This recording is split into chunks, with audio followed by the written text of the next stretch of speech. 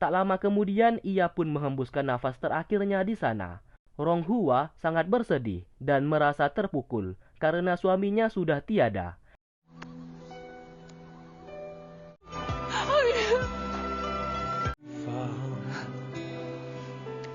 Ia pun tidak memiliki tujuan hidup lagi.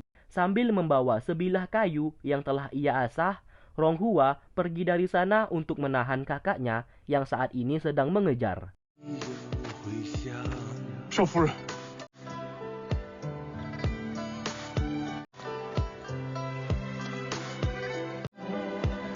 水公说情深足够，为了梦微笑，还愿岁月静候在心悠悠。纵有酒意情深足，若情为了梦，愿岁月静候在心悠悠。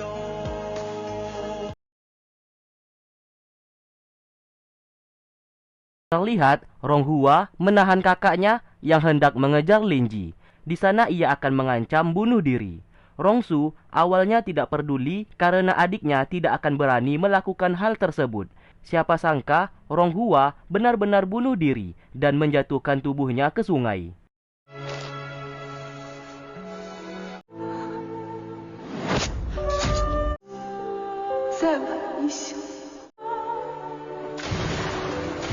Sementara itu, Ruhan sangat bersedih melihat anaknya tewas terbunuh.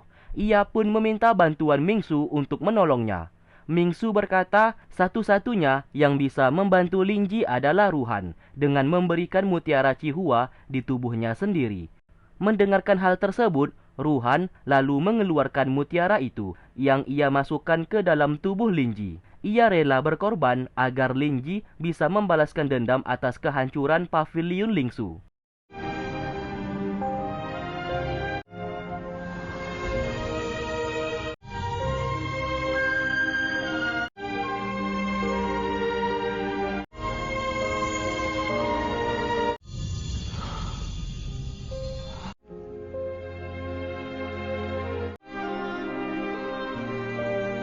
Sedangkan Rongsu menemui ayahnya dan melaporkan Ronghua melakukan bunuh diri untuk menyelamatkan Linji.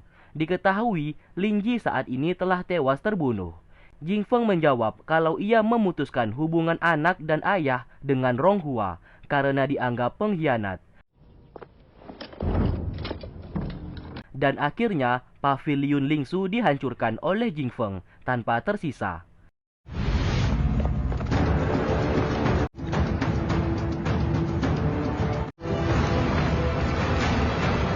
Keesokan harinya, Su Min terbangun di sebuah tempat dan diselamatkan oleh Mei Ying. Ia pun marah kepadanya karena membuat Paviliun Lingsu mengalami kehancuran. Padahal Paviliun Lingsu telah membantu keluarga Mei mereka. Karena hal itu, Su Min sangat membencinya dan memutuskan hubungan adik dan kakak. Pisau yang digunakan oleh Su Min digunakannya untuk menusuk kakaknya dan lalu pergi dari sana. 是荒谬！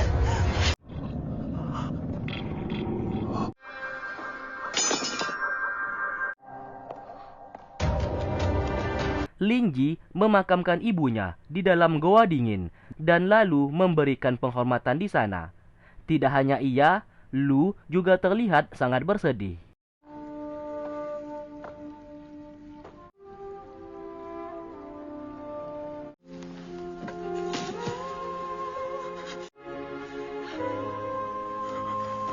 Mulai sekarang, ia pun bersumpah akan membunuh Jingfeng dan menghancurkan kota Longyin yang telah menyebabkan semua masalah saat ini. Ia juga akan membuat dunia persilatan tahu kejahatan apa yang telah dilakukan oleh Jingfeng. Lu berkata ia siap menemaninya dan selalu berada di sampingnya. Sementara di tempat lain, Ronghua ternyata masih hidup. Ia berhasil diselamatkan oleh Jing. Di sana, Ronghua memberikan doa kepada ibunya Linji dan semua orang-orang di Paviliun Lingsu yang telah meninggal akibat ulah dari ayahnya. Jing sebenarnya sangat membencinya, namun karena Ronghua saat ini istri dari Linji, ia pun tidak membunuhnya. Sementara itu, Su Min berlari meninggalkan Mei Ying untuk kembali ke paviliun Lingsu. Di tengah perjalanan, ia bertemu dengan Guru Bai, yang saat ini Guru Bai telah meninggalkan kota Longyin. Karena Su Min tidak tahu mengenai kejadian saat ini, Guru Bai menceritakan kalau paviliun Lingsu telah dihancurkan oleh Jing Feng dan Su Min tidak memiliki tempat untuk kembali. Sedangkan Lingji saat ini pergi ke sekte salju untuk menemui Mingsu. Awalnya ia tidak mau bekerja sama dengannya karena bagaimanapun juga Mingsu merupakan musuhnya. Namun, Mingsu berkata di tubuh Linji saat ini terdapat mutiara Cihua dan ia membutuhkan obat penawarnya. Apabila tidak, maka sama saja Linji akan tewas suatu saat nanti dan tidak memiliki kesempatan untuk membalaskan dendam kepada kota Longyin. Tak lama kemudian, efek dari mutiara Cihua mulai terasa yang membuat Linji merasakan sakit. Ia pun dengan cepat disembunyikan, karena sebentar lagi Ronghua akan segera datang ke sana. Lalu, ia pun masuk ke dalam. Kedatangannya saat ini untuk menanyakan keberadaan Linji, apakah masih hidup atau tidak. Mingsu menjawab, karena ulah ayahnya itu, kini semua orang di paviliun Lingsu telah tewas terbunuh. Masalah Linji, ia tidak tahu mengenai keberadaannya. Ia sengaja berbohong seperti itu untuk menutupi keberadaan Linji yang berada di sana. Tentu saja Ronghua tidak percaya begitu saja dengan perkataannya. Ia yakin beberapa orang dari paviliun Lingsu masih ada yang selamat dan ia hanya ingin tahu di mana mereka sekarang. Mingsu memberikan harga yang sangat tinggi apabila ia ingin tahu keberadaan orang-orang paviliun Lingsu. Sesaat, Ronghua memiliki feeling kalau Linji berada di belakang cermin di sana. Ia pun mendekatinya. Dengan cepat, Mingsu langsung mengusirnya.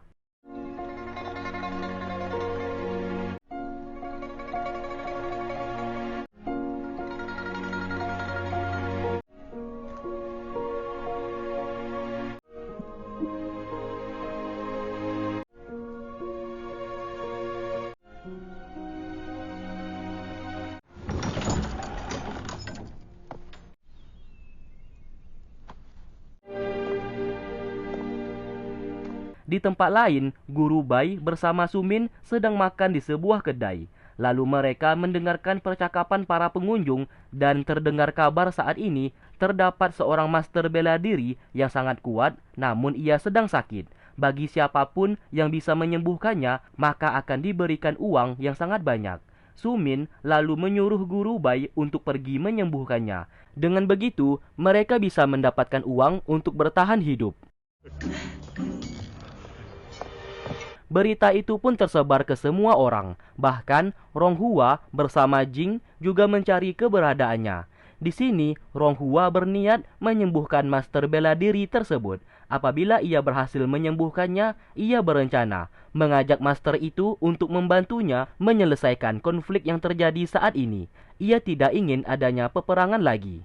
Setelah mendapatkan informasi dari warga, mereka pun segera pergi. Sedangkan Guru Bai telah berhasil ke rumah master yang dimaksud. Baru saja datang, ia tiba-tiba disiram air. Guru Bai terkejut karena master yang dimaksud adalah gurunya sendiri. Ia pun segera pergi dari sana dan tidak akan mau kembali lagi.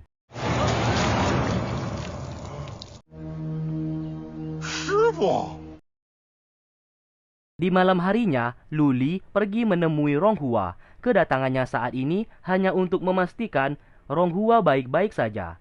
Tidak hanya itu, ia ingin mengatakan, di kota saat ini banyak sekali pasukan dari kota Longyin yang berkeliaran. Ronghua harus berhati-hati. Setelah itu, Luli pergi dari sana dan masuk ke kamar Linji. Ternyata ia memang diperintahkan oleh Linji untuk memastikan keadaan istrinya. Karena saat ini ia belum bisa menemui Ronghua secara langsung sebelum tubuhnya kembali pulih. Dan satu hal lagi, Lin Ji meminta Luli untuk tidak menceritakan kepada siapapun kalau ia saat ini bekerja sama dengan sekte Ming. Lin Ji mau tidak mau mengikuti Mingsu karena paviliun Lingsu tidak memiliki tempat untuk kembali. Lalu, di saat Ronghua telah tidur, ia secara diam-diam masuk ke dalam kamarnya hanya untuk melepas rindunya.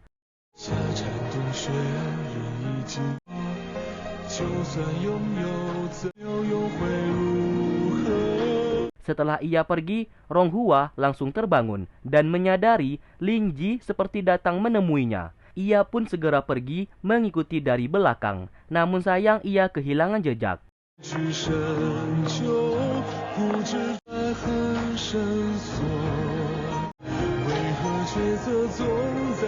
Keesokan harinya, Sumin yang berjalan di pasar dihampiri oleh Changgi dan meminta ia untuk ikut bersamanya menemui para anggota paviliun Lingsu yang lainnya. Lalu ia pun menemui Guru Bai untuk berpisah dengan alasan ingin menemui teman ayahnya yang berada di kota tersebut. Singkat cerita, Ronghua telah berhasil tiba di kediaman master bela diri yang terkuat. Sang master pun mempersilahkan mereka untuk masuk.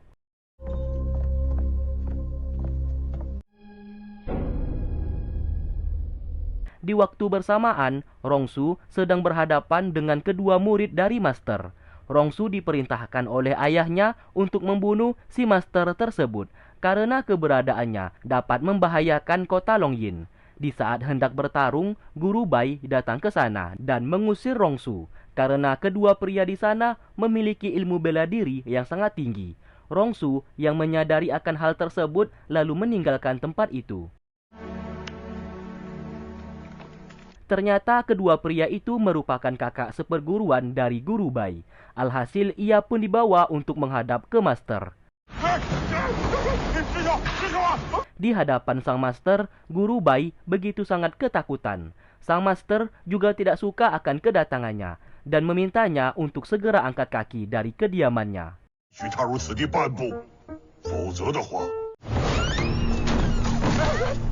Ronghua bersama Guru Bai akhirnya bertemu.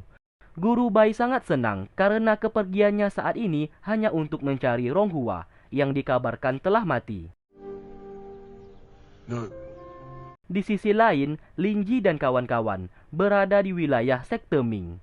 Lalu pasukan datang ke sana untuk menghalangi jalan mereka. Lin Ji mengatakan ia diundang oleh Mingsu untuk datang ke sekte mereka. Namun tetap saja pasukan tersebut seperti menyusahkan Lin Ji.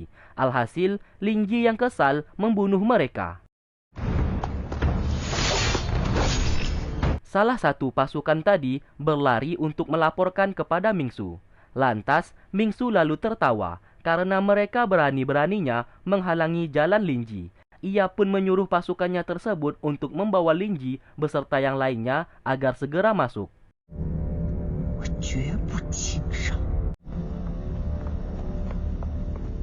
Di tempat lain, Ronghua bertanya kepada Guru Bai penyakit yang diderita oleh sang master. Guru Bai menjawab kalau gurunya memiliki penyakit pencernaan. Maka dari itu, sang master selalu makan sayur dan buah-buahan saja. Namun tetap saja sampai sekarang penyakit gurunya tidak kunjung sembuh.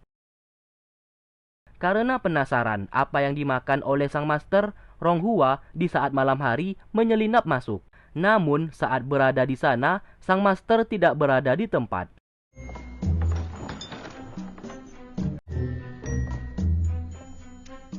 Lalu tak lama kemudian, orang yang ia cari datang ke sana. Akhirnya ia tahu, sang master ini memiliki penyakit tidur sambil berjalan. Tidak hanya itu, tanpa sadar juga memakan daging yang cukup banyak. Setelah puas makan, sang master lalu berjalan kembali ke tempat tidurnya.